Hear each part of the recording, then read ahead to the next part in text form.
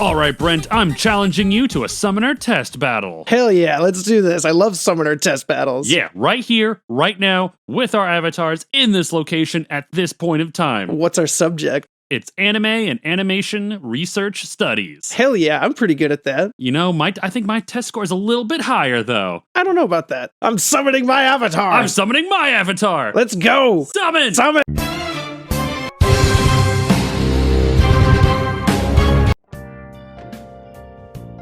Those who died, meet me in the remedial classroom. Thanks everybody for joining us.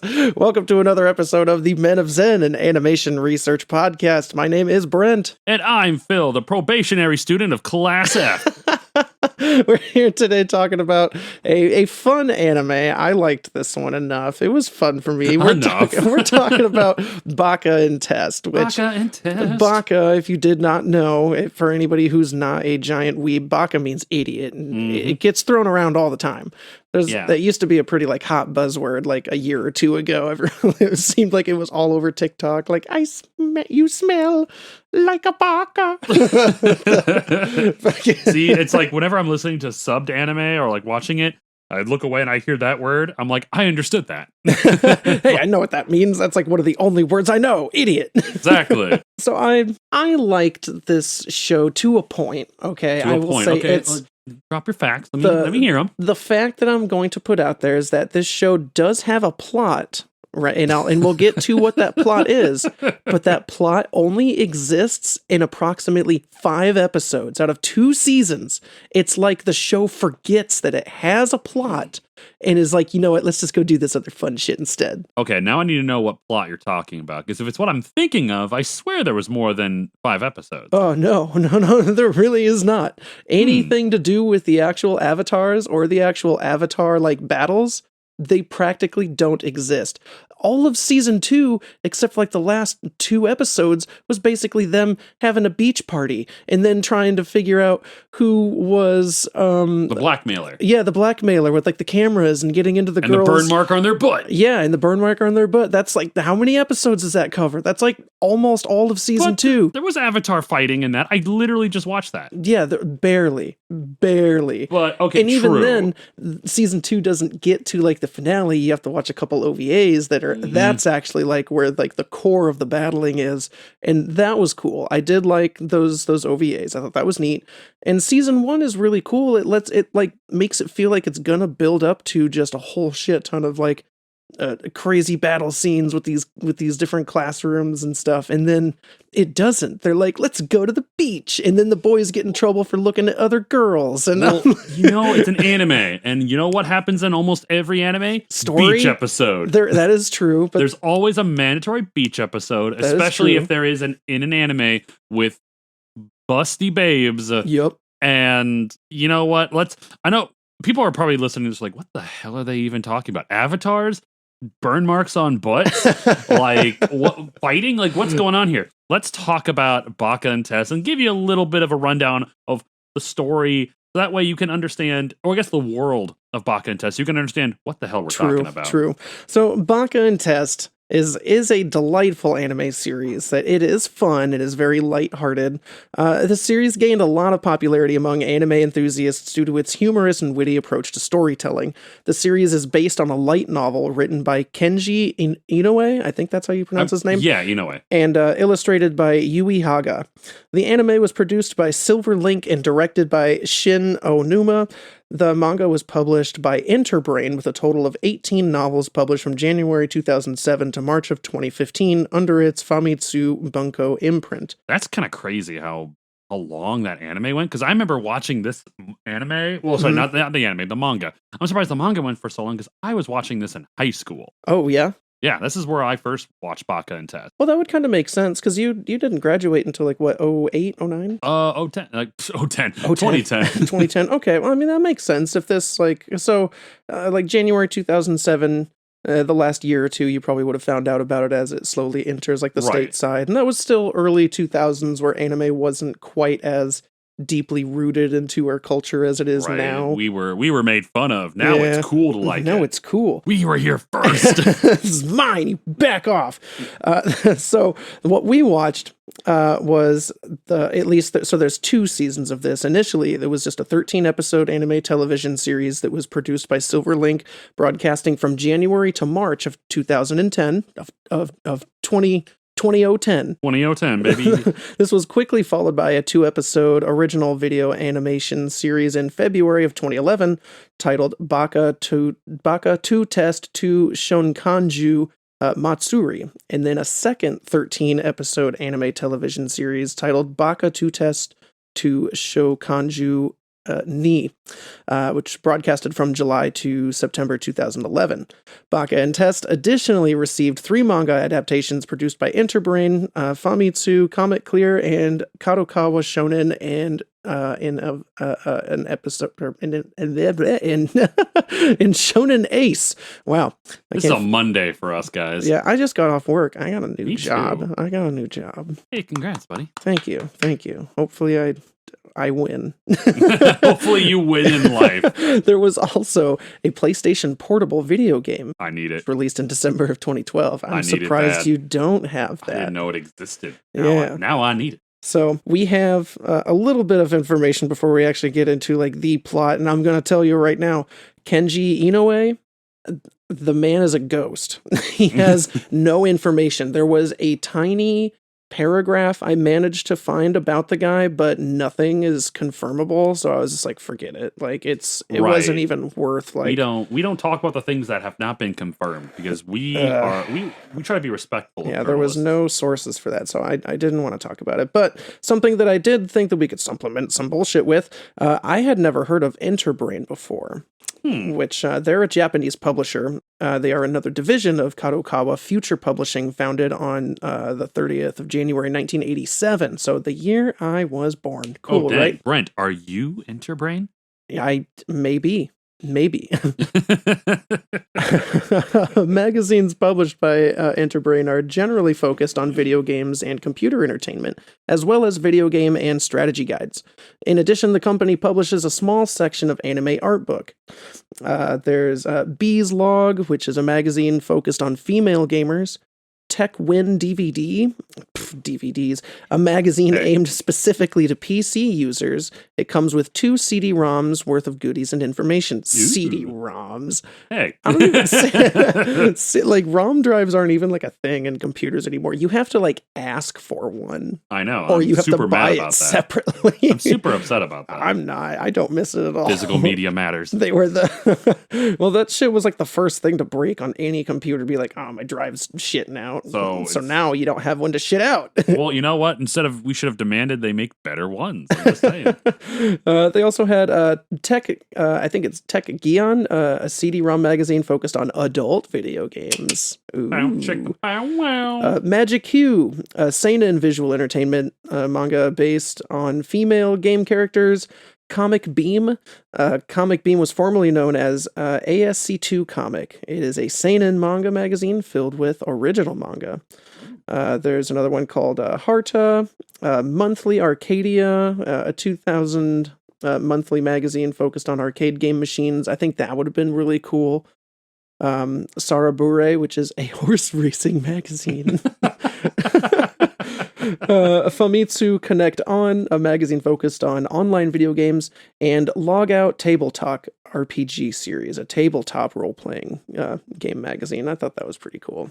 Huh, interesting. I like that. They have quite a few stuff. But yeah, it's interesting that this manga was born from a company that has all of that weird video gaming shit, like, and it makes sense given the content of this with like their avatars and stuff, and we'll talk about their avatars and stuff here in a minute, so you know what we're talking about. But it makes sense with how they treat this life as a game, both for school and for fun. I guess is fun. I don't know if fun is the best way to put it. It could be anything, really. I mean, yeah. If I had the ability to summon an avatar, like, I would want to do that all the time. Right. Like, let's fight, but there's some rules and regulations of how you use the avatar. Yeah, and it makes sense why they have those. Do you want to tell us a little bit about this series? I so really want to do that. The series, also known as Baka and Test, Summon the Beasts, is a Japanese light novel series written by Kenji Inoue with illustrations by Yui Haga. The series revolves around Akihisa Yoshi, the main character, the Baka, the idiot, and his friends at Fumizuki Academy, a school where students are sorted into classes based on their entrance exam test grades. The students in Class A are the smartest and most elite students and receive only the best care. This means better everything, like classroom equipment, desks, computer monitors, etc. They even have like coffee machine in their study room. It's amazing. It looks like a 5-star hotel. This means basically, while the bottom classes receive very little, Class F, the main class that we focus on in the anime, is the lowest class in the school, are angered by this injustice and vow to fight the higher level classes for better equipment and respect. Like, I kid you not, they started out with broken like kindergarten desks in this tiny room with like messed up cushions and broken windows. Like, it is awful. And then it proceeds to get worse as the series goes on. I love it. That was funny. Oh my god, it's so great. Additionally, Fumizuki Academy has a special system whereby all the students are able to fight and call forth summoned beings, the shokanju, or avatars in the official English translation. These beings are able to fight when a teacher gives their approval. Their strength depends on their most recent test scores in the approving teacher's subject. Example, math, history, anime, and research studies. Hey. The being will lose points when struck by an opponent, and should their score reach 0, they are disqualified and must take a remedial class. The strict Soichi Nishimura, nicknamed Iron Man, the Devil, the being with no mercy, which the students obviously dread. If a student is able to leave the battle without their points reaching 0, they can take a supplemental exam to replenish their scores, or a remedial oh my god, what was it called? It was they could do like retakes and shit. Well, yeah, you need to do a something test. Oh my god, I just watched it. How did I blank on that? Anyway, recovery test. They can take a recovery test. So if they're middle of a battle, they can run to the special room and they're like, hey, I want a math test. And they can answer as many questions as they can quickly. And each point they answer, they get, that point adds to their avatar. Which is super neat in my opinion. The primary function of these battles is the Summoner Test War, where 2 classes fight with their respective beings/avatars. The war ends when one class's representative, the highest scoring student of the class, is defeated in battle. And this is like Brent said, this is a huge thing they focus on within the first season. Literally day 1, they're like, yeah, no, let's fight Class E because like this shit is awful. Like these tables are bad. Our school life is bad. Like let's just start a fight. And what's really, really cool is that if you beat a class in a test war, you can force them to swap equipment with you. So if, say, Class F were to beat Class A, then all their fancy equipment would go to Class F, and Class A would be stuck with crap. And that's, like Brent said, a huge, huge thing in the first season. Yeah, and I thought that was like that's where I had the most fun. I was like, oh man, I can't wait to see like the bullshit they get into fighting all these other classes.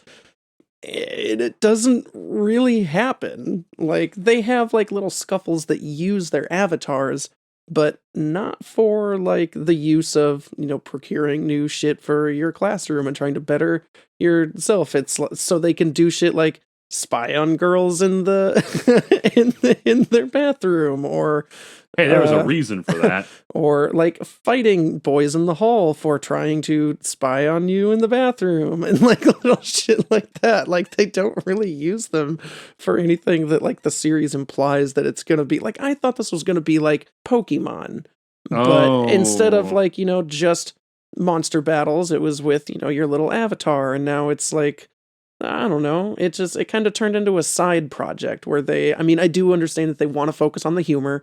That's a huge portion of this anime. I do think that the humor is there. It was pretty funny. I laughed. I thought it was good. I do also think that this show was kind of caught between two different worlds. Like it doesn't know which one to fit in. Like it wants to appeal to a younger generation or a younger audience with some of the visual content, but not all the visual content. And some of the story wants to appeal to a younger audience, but not all of the story.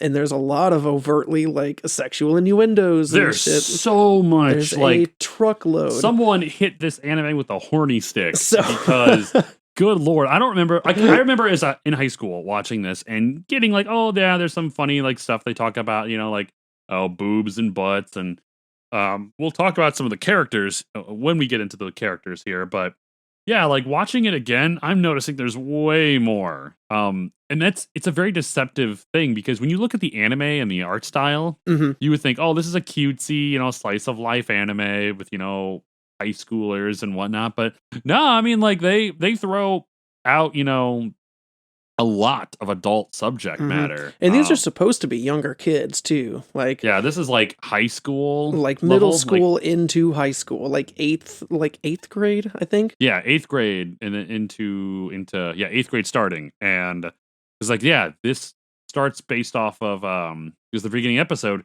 they take their entrance exam, which I imagine would be like their equivalent to middle school, and they get placed into their high school life. Yep. But yeah, man, like there's a lot of adult subject matter. There's characters that are openly gay. Yeah. You have an openly gay character who thirsts after Yoshi. You have a female character who Hideyoshi. Oh god, no, I'm not even talking Hideyoshi. I'm talking about the girl from class D who constantly flirts with Minami. Oh yeah, and she's incredibly like lesbian. She is like a little like forceful when it comes to how much she loves and how much she crushes after Minami. Yep. And there's openly like non-binary or almost like trans characters, almost, but like or like femboys. Yep. Femboys. It's a really fun thing with the character Hideyoshi.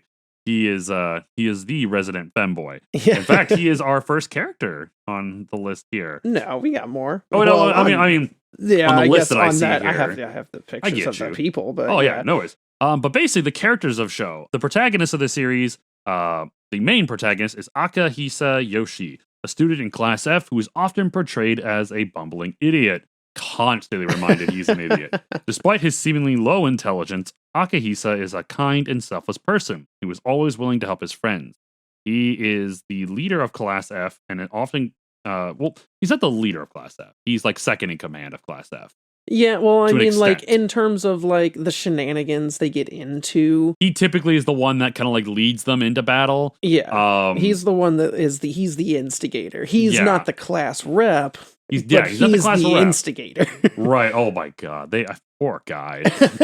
He gets his ass kicked so much. Yeah, he keeps getting back up, though. Right, he is, but his best quality is his determination and resilience. He's never willing to give up, no matter how impossible the situation might be. That is true. The series also has a strong female lead in Himeji Mizuki. She is a student in Class F and considered one of the prettiest girls in the school. Himeji is kind, intelligent, and hardworking. She is also shown to have feelings for Akihisa and often becomes jealous when other girls show interest in him. And that is a extremely recurring theme. Yuji Sakamoto.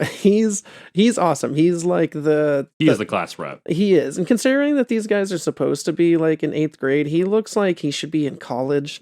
He does look a little older than the rest of them. Yeah, but he is Akihisa's best friend, and he's also the brains behind Class F's strategies. At least he says he is. So I'll admit he's actually pretty smart when it comes to these fights. Like a lot of the strategies that he comes up with actually are pretty good, except that something happens which fails to, like, basically something outside of their control for the most part comes in and ruins it. Well, there's the one of the later fights where it's like him and Aki are supposed to team up, and he's like, I have a plan. And Aki's like, what's your plan? And he's like, you do all the work, basically. And I stand back here and do nothing. And he's like, that does not work. And he's like, it's gonna have to. Yeah, there was that one. Or like when they figured out they could beat Class A with a 5-on-5 quiz battle, or like that each match would be decided based off of what the Class F representative wanted to do. That was a really cool thing. Did it work out? You'll have to find out. Yeah. But great stuff. You also have amazing. He's also a very protective and intelligent person, often helping Akihisa come up with new ideas. Yuji's also the captain of the school's kendo team and an excellent fighter. Yeah. Which I don't even remember seeing him really do anything with the kendo team. Like, no, I don't remember that either. Like, he says he is a member of the kendo team, but yeah, not really much of anything. The series also has a cast of supporting characters, including Class F's other characters such as Kota Tsuchiya, the resident pervert, and Hideyoshi Kinoshita, a boy who looks and sounds like a girl. And sadly, everyone thinks he's a girl too. And he's way prettier than any other girl in school, apparently. I almost wonder if, it's one of those characters where quite literally someone could have been like, hey, for the English dub, wouldn't it be funny if we just did this? So I actually looked it up just to see if it was something, and maybe he was a girl in the Japanese dub. No, he is a character designed to be in either one. Okay, that's funny, though. But his whole thing is he is a boy, and nobody believes him. He constantly keeps wearing like women's clothes, or he also wears them like comfortably to the point where everyone's like, even the boys like Akihisa are constantly like, I love Hideyoshi. I know. I dream about him. It's like, yes, but too bad I'm a boy. Yeah. He's like, Hideyoshi, you finally come out and like showed us your true self. He's like, nope, still a guy. Still a guy. And hell, even times where like, or like he takes off his shirt and he's like, oh, what's the big deal? Yeah, he's wearing swim trunks because the first time he went to the store and bought swim trunks. The cashier was like, hey, this will be great for you. Turns out it was a girl's swimsuit. Yep. Tight top, obviously bikini bottoms, and so he has to wear shorts under that. And he's even like, damn it, I told the guy I just wanted a normal pair of trunks, and he did not give me that. And then so he makes sure he actually gets normal trunks when they go to the beach in season 2, and he gets stopped by the lifeguard, and you don't even get to see his chest. Like, they always make sure he's either so far away you can't see, or somebody blocks his chest, and the lifeguard's like, whoa, what are you doing? What are you doing wearing that? He's like, what? These are just normal trunks. Like, yeah, but this is a beach. Where's your top? He's like, I don't have one. I'm a guy. He's like, well, you got to come with me. And he like picks him up and like drags him away and forces Hideyoshi to wear a lifeguard shirt for the entire time because he assumes that he's a guy. Sorry, he's a girl, going topless. It's great. Also, Kota, funny character. He's constantly with his camera. He's constantly taking pictures of like the girls in the class or Hideyoshi and selling them to Akihisa. That was hilarious. Oh my god, I love that. They do like they open up like a little a cafe or some shit because they're trying to, what was it? They were not the equipment. Oh, no, wait, yeah, no, they were trying to re-upgrade their classroom equipment, so Yep. they have, like, a sale, and they make, like, a cafe. Yep. And the only reason that the cafe succeeds is because they look at, like, the itemized lists of things that they sell, and Koda's like, "I sold a lot of photo albums." It was Hideyoshi, wasn't it? Yeah. God Yeah. damn it.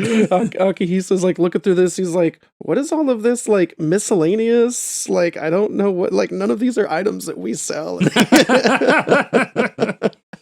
Oh, shit. That was God. funny. Then we also have other characters like Class A's Shoko Kirishima, a sadistic girl who is infatuated with Yuji, and Class B's Alice Kirishima, a boy who dresses and acts like a girl because he was forced to. Yep. And then we also have Minami, of course.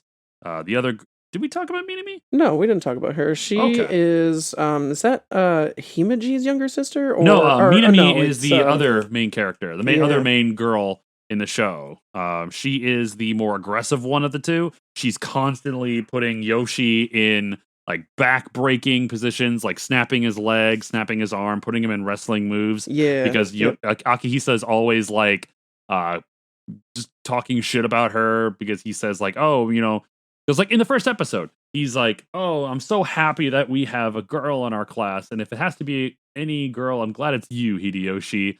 Hideyoshi's like, yeah, except I'm a guy. And then Minami is like, I'm the girl, you idiot. And then he's like, no, you can't be a girl. Girls are sweet and kind, like pretty like Hideyoshi, not like you, who's mean and hurts me and has a flatboard chest. And then she just like puts him in a back hold. And Yoshi does make fun, or I guess constantly shits on her about how she's not very well developed when it comes to feminine features such as her chest or her hips, because the other main character, Mizuki Himeji, is essentially just all that. She got it all. She is more stacked than a can of Pringles. Like, and it's something funny. I didn't realize this until much later into watching this, that like there's a running gag with her that it's going to sound awful, but her boobs constantly grow and then shrink. They like pulsate like throughout the show. If she's standing still, and you'll just see them kind of like slowly get bigger and then slowly go back down and then slightly get bigger again. It's basically Minami Shimada is the exact opposite kind of personality as Mizuki Himeji. Also, Minami is from Germany. She grew up in Germany. Oh, that's right. And she is very good at math, but she's not good at kanji or like Japanese language. So her scores in the Japanese language class are incredibly bad. Like, wasn't it that she was like originally born in Japan or something? So she knew a little bit, moved to Germany and did like all of her schooling there, and then came back? Well, as far as I know, it said she grew up in Germany. Yeah, but like I think the story was she was originally born in Japan and they left. And you're right. And then she came back, but because she was gone for so long, she like didn't really know she knew very minimal Japanese. It was insanely small amount. Ooh, that was a good episode. There's also the group of guys in Class F. The boys. They all wear essentially Grim Reaper looking outfits. It's like a cult. Yeah, they all wear essentially Grim Reaper looking outfits, except all of their outfits are dark blue or black, and they have like the red letter F on their hats, and essentially they're just like the group of boys who will not tolerate any guy talking to a girl or getting attention from a girl. And you'll see them in the background of certain shots, and then sometimes you'll see them like performing like rituals with like altars and stuff in the background. You're like, wait, what? And there's plenty of times where they get mad at Akihisa Yoshi because he has Minami and Himeji buying him lunch or making him lunch, and they were like, he must die. The traitor must pay. And they'll like torture him. And he's like, what am I doing? Oh, that was awesome. There's so many really fun characters in the show. And Iron Man is a great one. The remedial teacher, like he's taught by, like people refer to him as the demon. Yep. Because like how intense his remedial classes are. It's just, there's so many good characters. This will be on the test. Oh yeah, then their main teacher. What was his name? I don't remember, but like he was only their main teacher for like 2 episodes, and then he got moved over Yeah. to the narrator of the show, and he even says well, I was the teacher. Now I guess I'm the narrator. Yep. And then Iron Man becomes their new homeroom teacher. This show does like to break the fourth wall and discuss things with the audience, like directly, or like the narrator will interact with a character off screen and then specifically be like, because this is how, like, one of the characters, I think it was Hideyoshi, and he's like, how come this kind of stuff always happens to me? And the narrator is like, because that's the only way the plot moves forward, or some shit like that. And he's like, because that's the plot of this episode. And then that was it. That's all. Yeah. The characters in Baka and Test are what essentially make the series so enjoyable. The show's diverse cast offers insight into unique personalities and abilities that add to the humor and absurd nature of the show. Each character brings something special to the table and makes the series worth watching, and I 100% agree on that. I agree with that. I wish that the plot had more meat to it. Like, I really wish that they would have dug in their heels and done more with this Avatar stuff. Like, they did... one of the episodes I thought was really cool. Like, so when they summon their avatars, they can't just summon them anywhere. They have to be within, like, what was it called, a summoner's field, or an AT field, or what did they? I don't remember what they called that shit. So it basically was it had to be like with teacher field? Approval, but yeah, they had to be in a special location in order to summon these things. And there was a time where there was like a glitch or something wrong with the field. Like, oh my god, yeah, that was a cool episode. I thought that was great, where like their avatars start like doing a bunch of weird wacky shit that they shouldn't do. Their avatars could like speak. Yeah, and they can. One of them was like divulging their darkest secrets. One of the avatars, like some of the things they did to like break the fourth wall and referencing other series, is that for some reason, all the avatars were getting like sexy upgrades. Yes. Normally they're like little chibis. They're like little tiny chibi characters wearing armor, weapons, whatever the case may be. And for some reason, all of them that were being summoned were just being summoned looking sexy as hell. Himaji's, she got tricked into summoning hers because she didn't want to summon. But it turned out she was wearing the same outfit as one of the main characters in Dark Stalkers. Oh. Yeah. Yeah, I don't remember what her name is. Not the devil chick? Yeah, the devil chick. Yeah. Shit, yeah, I don't remember. I know I can picture it though. I don't remember. Yeah, I'm gonna look up the character. Then oh god, there's other ones that when Yoshi and Yoshi's character and Yuji's characters, when their avatars were summoned, for some reason they got a little handsy with each other in front of Shoko. Yeah, Shoko's avatar. Shoko is insanely jealous of anything. Like, so she has this ongoing thing where in her childhood. Oh yeah, duh. I don't know how I didn't think of that. I should have known that. Shoko has this thing where in her childhood she like promised to marry Yuji. And ever since then, she's constantly trying to, any way she can, she's like trying to either trick him or force him to marry her. Yep. In some way. And a lot of it's really good. A lot of it's really funny. And it's so crazy to me that, like, okay, looking as a third person, as an unbiased person looking in on this situation, Yuji is the rep of Class F, the bottom of the barrel. Yep. Shoko is the class rep of Class A. Yep. The top of the barrel. And she's considered like the best student or the highest rated student in the entire school. And for some reason, she still wants him. And let's face it here, Shoko's very pretty. She's considered one of the prettiest girls in this whole academy. Yeah. Along with like Himaji. But it just baffles me how hard he's trying not to get married to her. Which, yeah, I thought that was kind of crazy. I'd be like, are you kidding? No way. Like, yes, do it, you fucking dickhole. Yeah, like, do it. Come on, man. Like, take one for the team. I mean, let's face it. It's not exactly taking one for the team, I don't think. No, she is a little scary. Like, there are times where the time that she forced Yuji on a date.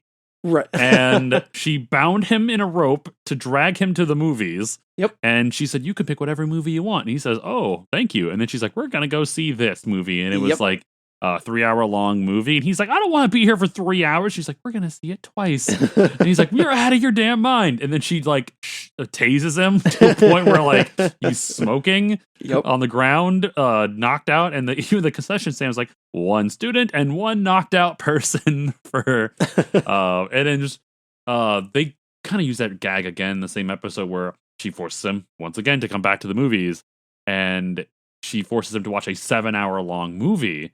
Oh, God. And he's like, I don't want to be here for 7 hours. She's like, we'll see it twice. And then she shocks him again. He mentions waking up at a scene in the movie where like they slaughter some pig. And as he tried to leave, Shoko shocked him again, only to wake up during that same scene again. Oh my God. In the second view. Oh my God. It is. She's really funny, though. There's a really good episode that does explain their relationship to each other, which goes back many years. So it makes sense, like, why she is the way she is towards Yuji, but I'm not going to talk about that because that's a really good, like, plot line that I think is cool. Yeah, shit. I think what we will do really quick here is we're going to go ahead and take a moment. We had a couple ads we're going to listen to, and we will be right back to talk some more about this Baka and test. Stay tuned.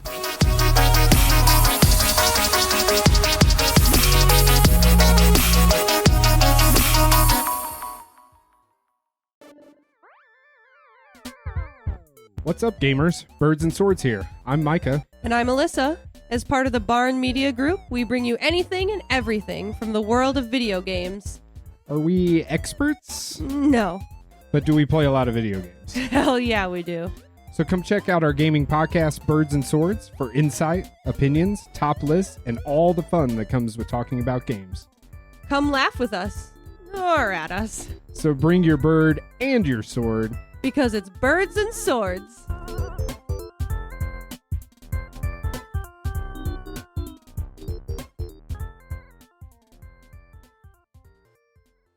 Thank you to BetterHelp for sponsoring this episode. BetterHelp is the world's largest therapy service, and it's 100% online. With BetterHelp, you can tap into a network of over 25,000 licensed and experienced therapists who can help you with a wide range of issues. To get started, you just answer a few questions about your needs and preferences in therapy. That way, BetterHelp can match you with the right therapist from their network. Then you can talk to your therapist however you feel comfortable. Whether it's via text, chat, phone, or video call. You can message your therapist at any time and schedule live sessions when it's convenient for you. If your therapist isn't the right fit for any reason, you can switch to a new therapist at no additional charge. With BetterHelp, you get the same professionalism and quality you expect from in-office therapy, but with a therapist who is custom-picked for you, more scheduling flexibility, and at a more affordable price. Get 10% off your first month at betterhelp.com/thebarn. That's BetterHelp, HELP.com/thebarn. Thank you so much to BetterHelp for helping us out. Yeah, we appreciate their sponsorship. This is super, super cool for the entire our network. Fucking network. It's awesome. I'm super excited that we're doing it. We're trying to still expand as much as possible. So anything you can do to interact with any of the other pods on the network would be amazing. If you want to support us, if you want to go support them, and you can show our support just by simply listening to the stuff you like, or by subscribing to our channel, liking our Facebook page, our Instagram, any of that shit. Just give us a like. Tell us something funny. It gives us meaning. You got jokes. I don't got jokes. Maybe you guys got jokes. You got memes. I love me some memes. Show me some memes. Show them to me. I want to see them. Oh man, I want to meme them. Oh boy. Well, yeah. Talking about the characters of the show, that's the best part of the show to me is the amazing, very unique characters that kind of just intermingle to form the crazy crew that the show revolves around. And we forgot one character who shows up and is kind of sporadically in the show, but doesn't take on a main character persona, and that is Yoshi's sister. Oh God, you're right. Oh my God. Oh my God. She's something else. She is a whack job. Like, you ever any of those jokes about like the help me step bro, I'm stuck in the washer? She is that, like, it like she is that made manifest into a physical person. She is Akira Yoshi, the older sister of Akahisa Yoshi.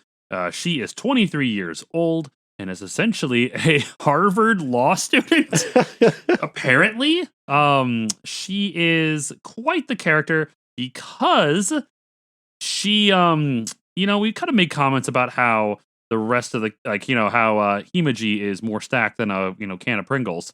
Let's say Akahira Yoshi is the case of Pringles, because good lord, this woman is, they purposely made her to be like the sexiest person in this show. Oh yeah, well she's supposed to be, the adult and be more grown up and therefore more curvaceous. That's the direct. That is a Coke bottle frame. That is an hourglass figure she's rocking. Yeah. But she's also very, very much so far away from not being an idiot.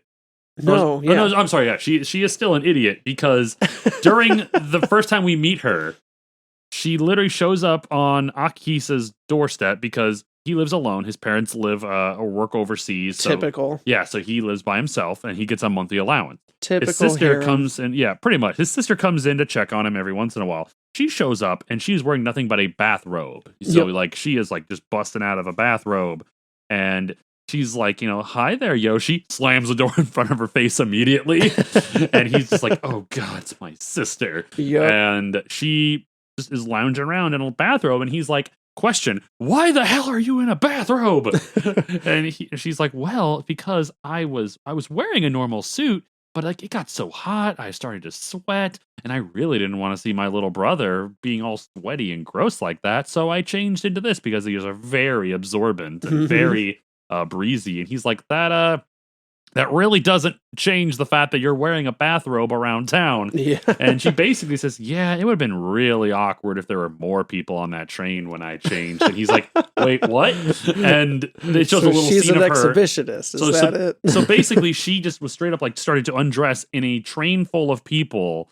And you see her like just kind of drop her pants real quick. And all the characters are like, what?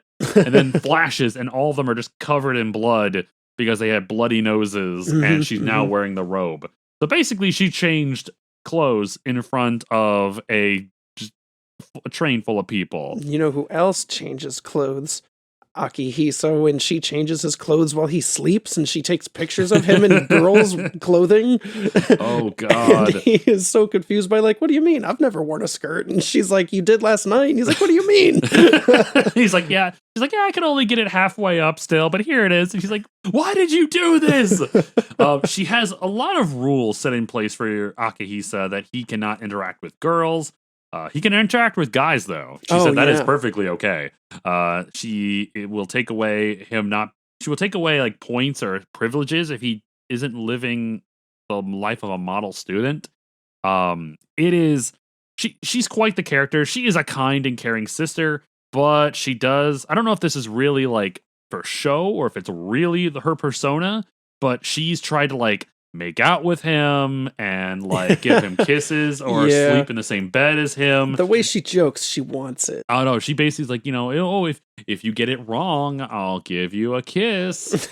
And she's like just right in front of him, like, boobs in face, and he answers correctly, and she's like, oh no. Like, wait, did I get it wrong? She's like, no, you got it right, but now I can't kiss you. Yeah, but now she's sad. Yeah, and it is pretty crazy. The girls in his class are also incredibly jealous of her, especially the day they met her, where they go over to Akihisa's place and find she's hung her underwear, her bras, her panties, and all that stuff around the house right in front of the door. So immediately you walk in, and he's like, I can't unexplain this. And it's so funny how everyone's like, oh, he's living with a woman. Himeji's like, no, this won't do, Yoshi. She's got like a dead look in her eye. She's like, you bought a bra that was too big for you. That's a really weird thing to do. And they're all like, she's ignoring it. she's playing dumb. And oh God, she's also got a book of photos of Akihisa in the bathtub, ranging from when he was 2 years old all the way to the other day. The other day. And he's like, how do you have these? Oh my God. That's fucking hilarious. She does play a little bit of a role in the show, but like pretty much she's just a side character. Yeah. She kind of disappears later on too. Yeah. She makes like another like little appearances every so often, but she's really around mostly towards the end of season 1, I think. End of season 1, beginning of season 2 is what I want to say where she's at for the most part. So one of the other things that I did want to bring up real quick, a small bit about this, is the video game, which was a PlayStation portable game titled Baka 2 Test to, or is it Baka To? Yeah, Baka To Test To Shokanju portable, which was released on December 13th, 2012, in a regular edition and a limited edition box set, both in Japan only. Damn it. The game is styled like a board game where there are 9 characters to choose from: Akihisa, Mizuki, Minami, Yuji, Hideyoshi, Kota, Shoko, Yuko, and Miharu, with individual storylines of their own. In the beginning, only Akihisa, Yuji, Hideyoshi, and Kota can be chosen by default. To unlock the other 5 characters, the other 4 characters must first be played in story mode. In Baka and Test To Shokanju Portable, the principal of Fumizuki, I don't know why I could say that. The principal of Fumizuki Academy, Todo Kaworu, has implemented a new summoning system in which students put their luck and skills to the test. If one student can win 3 stages in a row, they may choose a prize of their choice. So it sounds like the game is a little more in line with what the story wants to be, which is just about the battling and upgrading the classroom, which I thought that would have made for a far more interesting storyline if they just consistently battled other classes and it's them like moving up through the ranks of all these different teams. But there's a part where they leap and they just go, rather than trying to battle like the next shittiest class, why not just go for the gold and like challenge like the super smart team?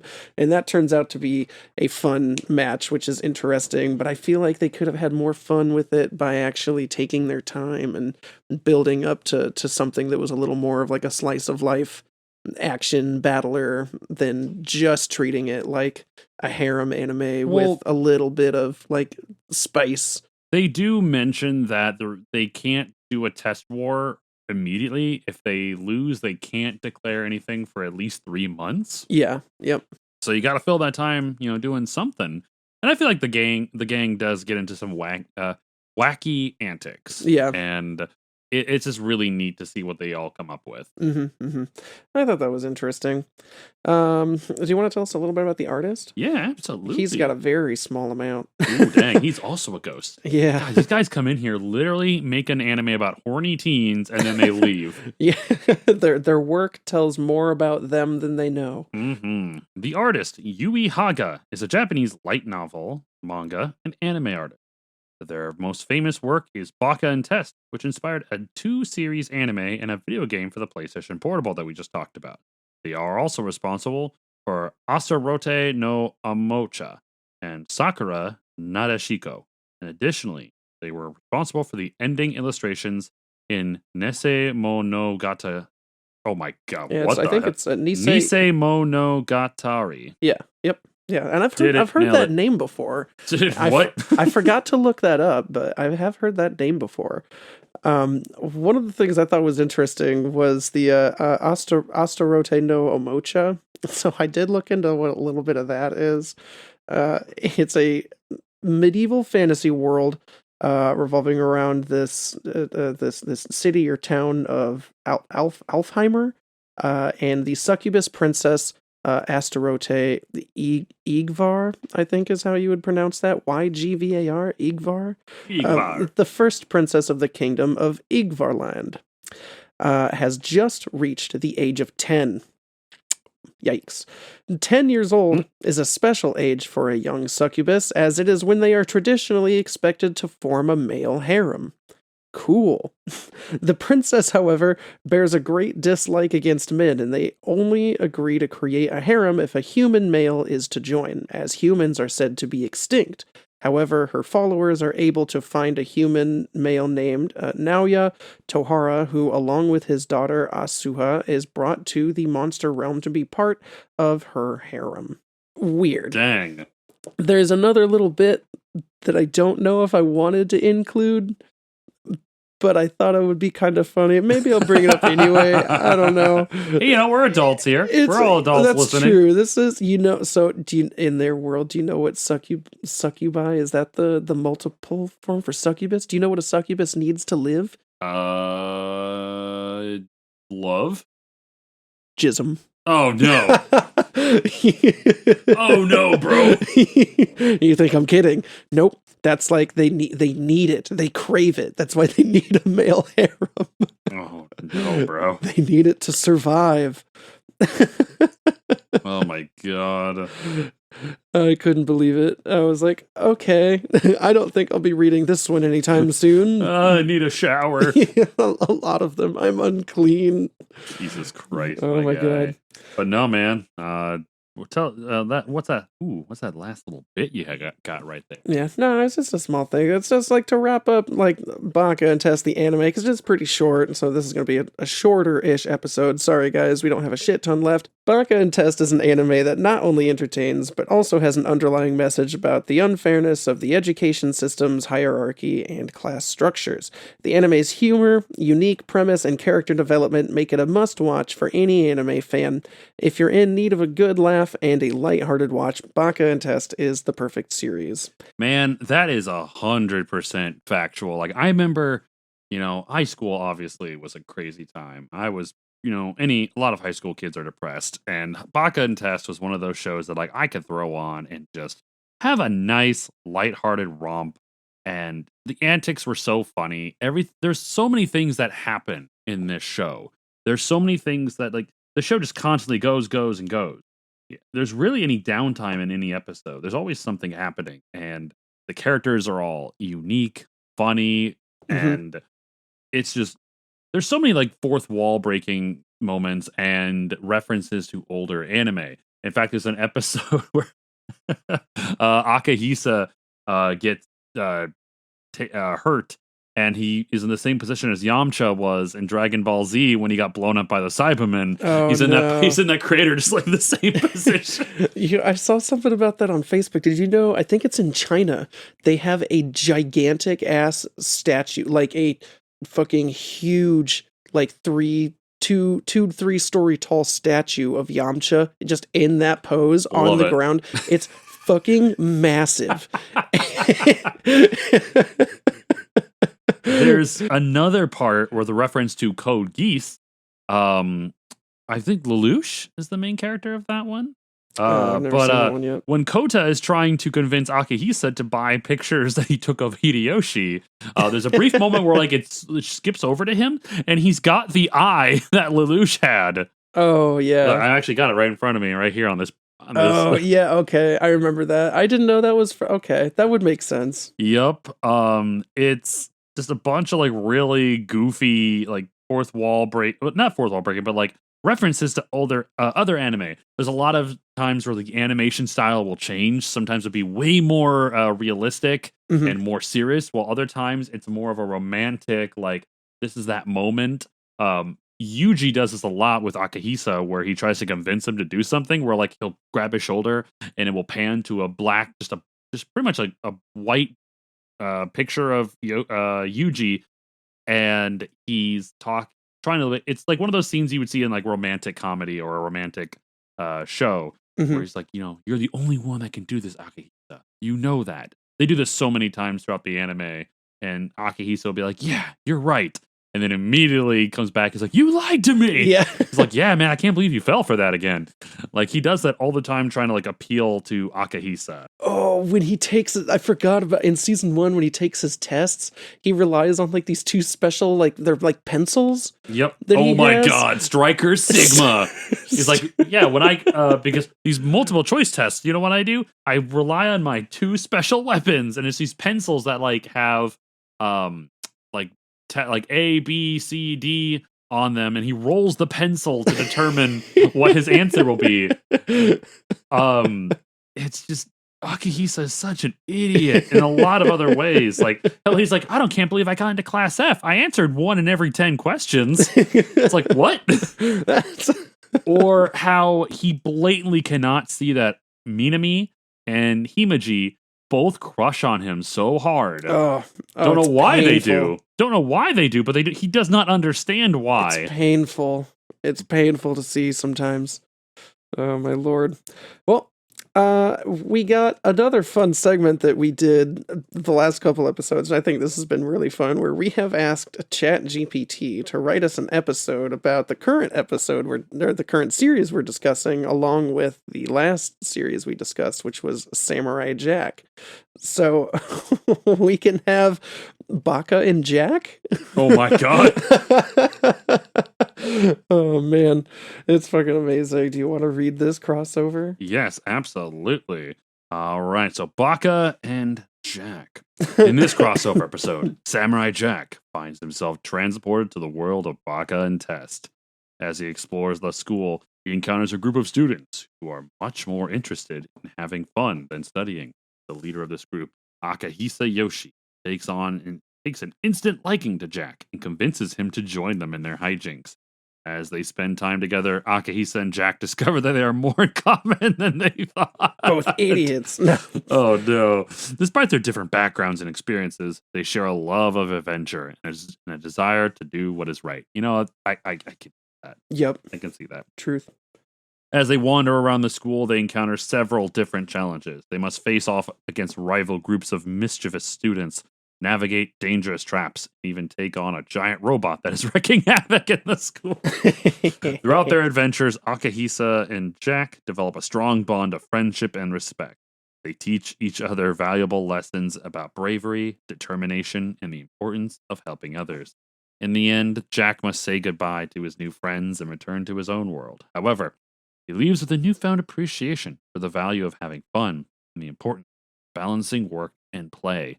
Meanwhile, Akahisa realizes there is more to life than just goofing around as he begins to take his studies more seriously. He also gains a new perspective of the value of hard work and determination. Overall, this episode blends the unique worlds of Samurai Jack and Baka and Test to create a fun and exciting adventure that teaches valuable lessons about friendship, determination, and the importance of having fun. I like how all it takes is the introduction of Samurai Jack to make Akihisa change his ways.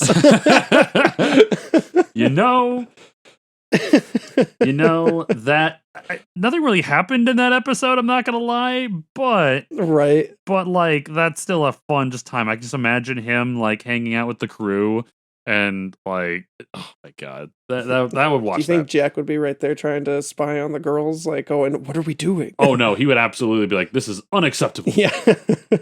We cannot do this. Man, it is one of those, man. I know we said this is going to be a little bit of a shorter episode because, yeah, unfortunately, there's not a whole lot to talk about when it comes to the artist and the author, but we can talk about our own personal experiences. And personally, this has been a great anime come back to after really having not watched it in probably over 10 years at this point, which is baffling to me that it's been this long. But it was one of my favorite animes that I got to watch in high school, and it, like I said earlier, it was just a great experience to watch it and just see the zany antics of the group, and just hoping they can finally show everyone that Class F doesn't suck. And unfortunately, like I said earlier at the very beginning of the episode, their tables become the least of their worries throughout this show. You think tables can't get worse. Oh, they can. They do. And then the thing that after that can't get worse. It does. Yep. And it's just, oh man, so many zany antics, so much fun, just goofy stuff. I definitely could say that Baka and Tess is one of the funniest anime you could watch. Yeah, it was a pretty good time. I didn't hate it. I didn't love it, but it was pretty good. This would be, like, for me, a really good one to throw on in the background if I'm like doing some chores or something and just want some noise there or something going on. I think that would be a really good one for me. I really do also like the intro song for the first season. Yeah, season 1. And the outros for the last two aren't bad because they swap back and forth between a version that focuses around the girls of the show and then a version that focuses around the boys. And it's pretty funny because they'll make the boys look way more serious and the girls just like super cute. But yeah, like the soundtrack was really great. The tone of the show is just all over the place. It's incredibly cute. It's horny. It's wonderful. Absolutely wonderful. Phil, I got a question or 5 to ask you. Okay. Oh, we talking about what we did right now with the what Baka and Test character are you? Yeah, I already got my I do answer. mean that. Well, no, you have to. I'm gonna quit. So, Okay. What is your biggest pet peeve? When people tease me, when people pester me, when people don't listen to me, when people try to decide things for me, when people lie, or when people ignore me. When people try to decide things for me. Okay, cool. All right. Which hair color is the most appealing? Blue. Cool. Don't we have to go over those options? Which eye color sounds most appealing? Brown, green, purple. They have green again. Or blue. Green, but the second green. The second green. One of your friends is getting bullied. What would you do? Create a detailed plan to go after the bully and teach them a lesson? Tell them to try their best to stay away from them, or go straight up to the bully and kick their ass? Ooh. Honestly, I'd probably say just tell them to just avoid them. Okay. Your big weekend plan just got canceled. What's your plan B? Go play a prank on someone? Stay inside and play video games? Probably. Invite some friends over to hang out? Also probably. Do something with your family? Find a party and crash it? Or take an acting class? Stay home, play video games. I feel like that's a pretty easy option. Which trait attracts you to people? How attractive they are? Ooh. Being a good cook? Kindness? Oh. Their style? Or their humor? I'd say humor. Humor's a big one for me. You know who you got? Is it Akahisa Yoshi? It is. Hey! My boy! You did it. Like Aki, you have a very caring heart and will always look out for your friends. Though they are pretty chill, you tend to be a bit clumsy at times or end up trying to say something nice, but it's taken the wrong way. Never fear, though, for everyone knows how much of a good person you are and how much you value and appreciate them. Aww. Truth. Thank you, buddy. Truth. You're the best. All right, Brent, time to figure out what character you are. I'm going to be a girl one, I guarantee it. Hey, man, we don't what if I yet. get Hideyoshi? Oh, my God. I hope you get Hideyoshi. That'd be funny. All right. What is your biggest pet peeve? Do you remember the options? Nope. People tease you. People pester you. People don't listen to you. When people try to decide things for you. When people lie. Or when people ignore you. I would say when people ignore me. Okay. What hair color sounds great? Red, natural or dyed, brown, purple, pink, or blue?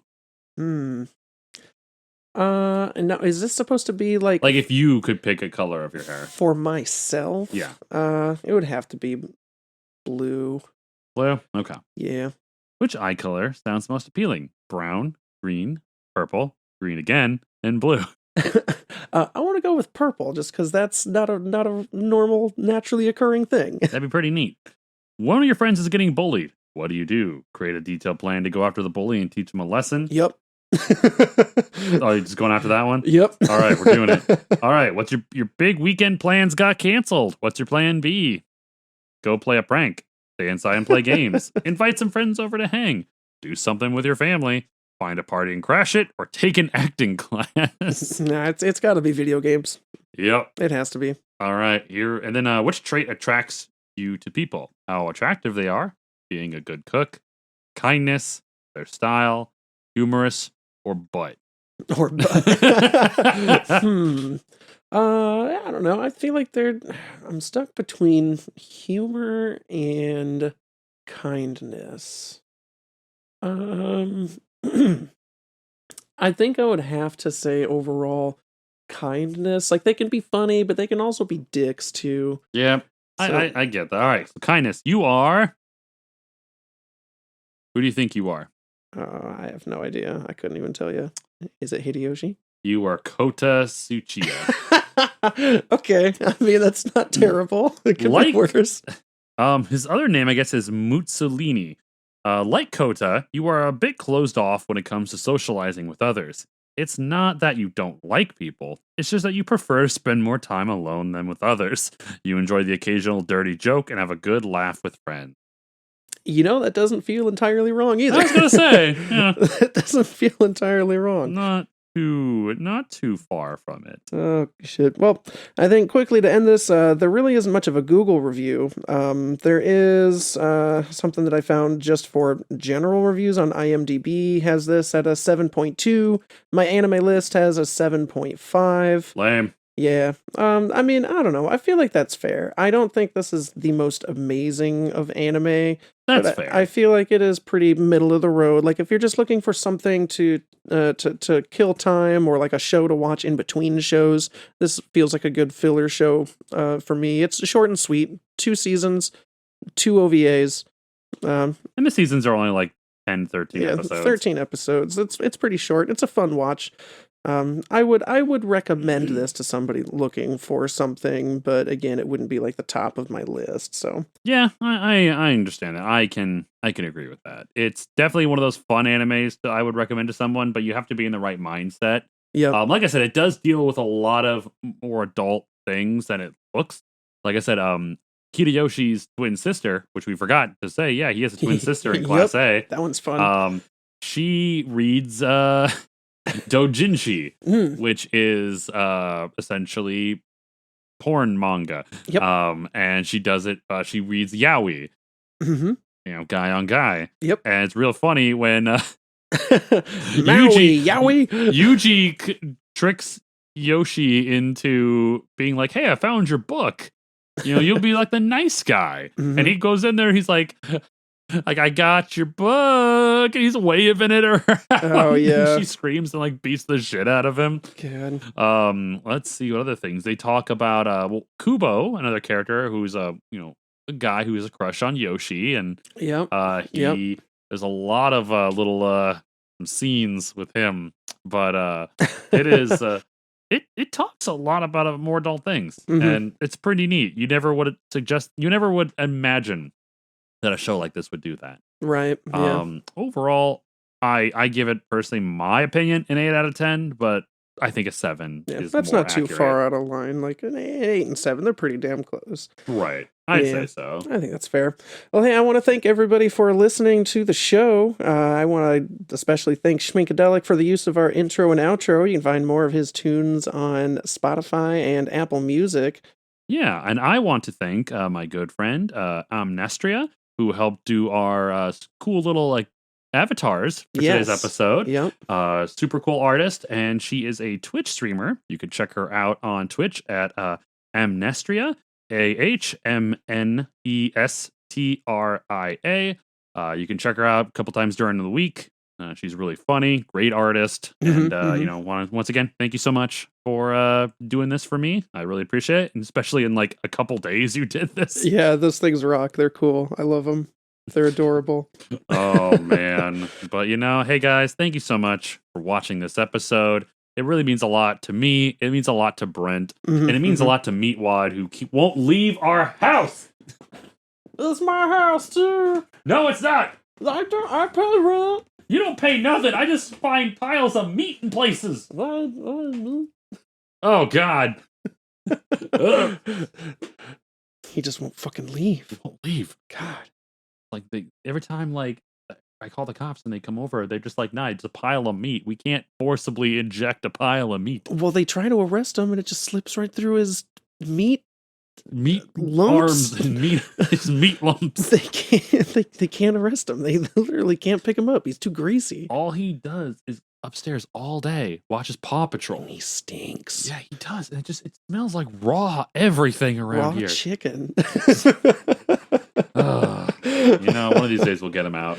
Yeah, that's fine. No, he'll never leave. He's going to be here forever. God damn it. Lastly, thank you to BetterHelp for sponsoring our episode with The Barn. We super appreciate it. BetterHelp.com, y'all. Go. Hey, if you need that shit. Yeah, you do. Because you know what? Helping yourself is really the best thing you can do. Also, remember, we do have Patreon. Patreon.com/the Men of Zen. We got episodes that are not on there anymore. I haven't checked that in a while. Yeah, we got a good amount of episodes on there that you can check out for only $3 a month. Yep. Yeah. So go check it out. Start supporting us, and then we'll start making some more Patreon episodes, and we'll start doing some more shit on that. Yeah, there you go. we got a pretty big handful on there, so we're letting that sit. But yeah, maybe we'll start using that a little bit more often sometime soon here if we can ever find time. But yeah, that is it for show. I want to thank everybody for listening once again. This has been the Men of Zen. My name is Brent, and I'm Iron Man, aka Phil. This will be on the test. Thanks everybody for listening, and make sure to stay zen. Stay zen, guys.